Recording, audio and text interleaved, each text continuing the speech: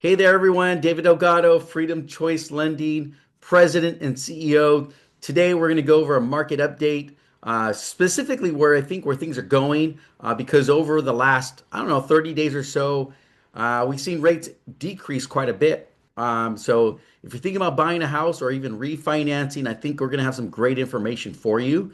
So we're going to get started with today, and I'd like to share with you guys exactly where things are kind of heading right now and how really this can really benefit you if you're really thinking about buying a home or even refinancing, right? Because currently the interest rates fall to a 13-month low, right? This is according to Mortgage Bankers Association.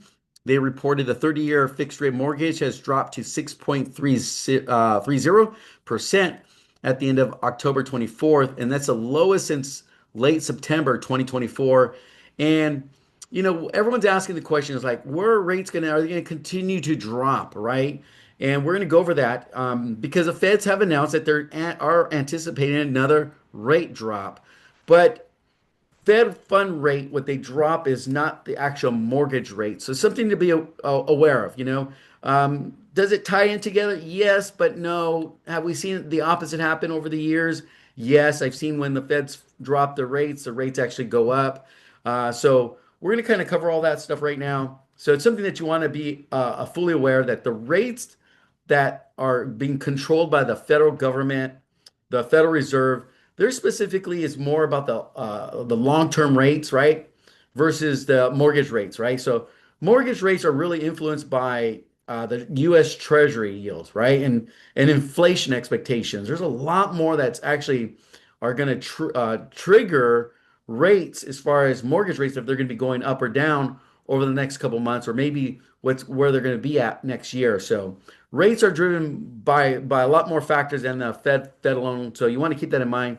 The Fed fund rate, it's a good benchmark to see what's kind of going on, but there's a lot that comes into the actual mortgage rates. Typically, what we see in the mortgage industry is that when the Feds do announce a rate decrease, Fannie Mae, Freddie Mac, they essentially set the rates. But what they're doing is they're actually dropping the rate, causing more demand or more liquidity in the market. So as more liquidity goes into the mortgage rates, that will automatically drop the interest rate. But it's not for a long term because the liquidity is kind of a short term. So by the time the rates actually do increase or decrease the interest rates, what tends to happen is that the rates kind of go back up, right? Because the liquidity is not the same. So right now we're seeing more liquidity going into the mortgage-backed securities and buying these securities because the Feds announced the rate cut. So naturally, there's just more money that's being going into the market to lower these interest rates. So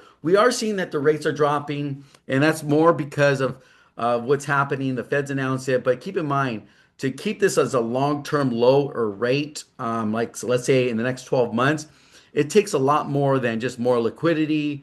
It takes more, what's going on with the treasury yield and also inflation and other things, jobs, expectations, imports. There's a lot of things that will determine the actual mortgage rates. So the rates, though, where they're forecasting that these rates, they're right around 6% or so through at least 2026. So keep that in mind. This is Fannie Mae that are talking about, where they're expecting that the rates are going to be, and they're using a lot of different things to determine this. Is that they're expecting rates going to be right around 6%, low 6% range. Everyone's waiting for those low, 2-3% ranges, and man, that was in 2021. That's like once in a lifetime, right? I've been doing this for 2 decades. I don't see that coming back. Even people ask, "Hey, Dave, do you think the rates are going to get down to 4%?" Probably not likely either. That's like gambling with your house, and I stay away from gambling. I'm not a gambler, and I just don't gamble. So I would say, hey, find something that's going to work for you. If you're thinking about refinancing, find something that's going to work for your budget. If it's going to save you some money over the next 10, 20 years, then it may be wise to look into refinancing now, right?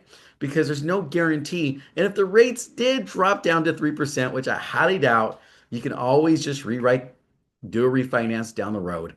If you're thinking about buying a home, find a mortgage that's going to fit your budget. Just know as interest rates decrease, there's going to create more demand in the market. That means there's going to be more buyers entering the market because they're saying, wow, now's the right time to buy. And if you can time this before that demand kicks in, because increased demand is going to really increase home prices, right? That causes inflation in real estate. So if you're on the fence right now about buying, I think now's a really good time to buy because you're going to catch these buyers on the sidelines waiting for the market to improve. They're thinking that the prices are going to go down. Prices aren't going to go down.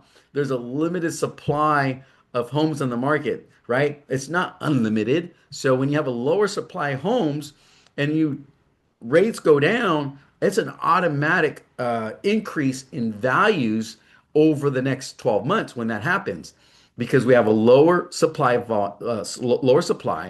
and more demand. People ask the question then is like, well, when do you think the home prices are going to, come down? Well, not anytime soon. Because right now we have a supply issue for home prices to come down. The only reason why home prices will drastically come down is when, there's a flood of inventory coming in the market. But, out here in California, in my county, 30% of the homes are paid off. So they're not selling. They're actually transferring these properties to the next generation, right? So there's a lot of generational wealth that's created in real estate, and so 30% of the homes are paid off. They're not selling them. You take out those 30% homes, they're not being sold. And guess what? Like that's 70% of the market that's available if they want to sell. But then you have to look at the homes that were they're kind of in this locked up phase because they got the 2-3% mortgage and they don't want to sell. They want to sell, but they're not going to sell because they're like, hey, if I go from a 2% mortgage, it's locked up. They're like, I don't want to go get a mortgage at 6%. I might as well just keep the house I have, right? So there's a lot of things right there that's at play in order for us to get more inventory, right? So at the end of the day, what's another way to get more inventory? Another way to get more inventory is if the unemployment actually goes through the roof, right? And that means something that would cause that unemployment to go through the roof, like what we saw back in 2010 or so, 2010, leading up to the financial crisis. We saw great employment, but at some point the unemployment just went through the roof. And when the unemployment goes through the roof, guess what happens? There's going to be more inventory because homes are being, distressed sales, homes are going through short sales, homes are getting foreclosed on, and that's more inventory in the market, which will drive home prices down. So as of right now, though, yes, we are seeing the highest levels of credit card debt in this country, right? It is the highest level. Last number I heard was in the trillions, right? So we have, don't quote me on that. You want to do your own research, but there is a lot of debt, which is credit card debt, this whole student loans thing that a lot of people thought that student loans was going to be all forgiven. You might be the lucky one watching this video that it was forgiven, but from what I've seen, I haven't seen any student loans get forgiven. So that's still debt. That still debt needs to be paid off, right? And so we have this huge amount of debt, and as long as the debt is still out there, it will make it harder for people to go out and buy homes, right? So we have more debt in this country. That means we have less buyers that are willing to even buy a home because of the increased debt. So first things first, if I was going to be buying a home today, I would focus number one on that debt. If you have any credit card debt, any student loans, start tackling that first because that's going to make it more affordable for you. Number two, the people that are buying homes today, their income is actually increasing. The other day, I read on social media somewhere, and they said, "Hey, it's very hard to buy a home." Well, that depends on who's speaking because Freddie Mac and Fannie Mae, they did a study about 5 years ago by now. No, actually, not 5 years ago. It was a couple of years ago. They did a study that they anticipate, basically based on their research, 50 million, okay, 50 millennials are going to be buying a home. So if you're a millennial, that they're including you. And what they're saying is because and I actually have proof of this because I see my clients that buy homes is that they're actually earning at the highest level more money than the previous older generations, right? So their income is going through the roof, right? That means, you know, like I was just talking to somebody the other day and they're like, man, it's so expensive. I was like, well, that depends on who you're asking that to, right? Because that this demographic that I'm talking about, they're the ones that eat off Uber Eats, right? You can buy a $10 hamburger if you drove down there, or it's going to cost you $20 to get it delivered, right? And they're willing to spend the $20 because it's all just for convenience. So it's like one of those things that, yes, um, income wise, in some demographics, it hasn't increased, but there's a demographic out there that we are seeing that their income has increased. Otherwise, Uber Eats wouldn't be so popular as it is today. So if you look at the majority of the people that order Uber Eats, it's probably that demographics. And at the same time, we're seeing those 50 million home buyers that are buying a home. They said about five, six, it wasn't no more than 5 years ago. They said in the next 10, 12 years, that 50 million home buyers are going to be the millennials. Those are the next generational that are going to be buying these homes. And the main reason is because why? Their incomes are up. So, with that, if your income is not there, right? Because you have to look at what is it going to take to buy a home? How much money is it going to take to buy a home?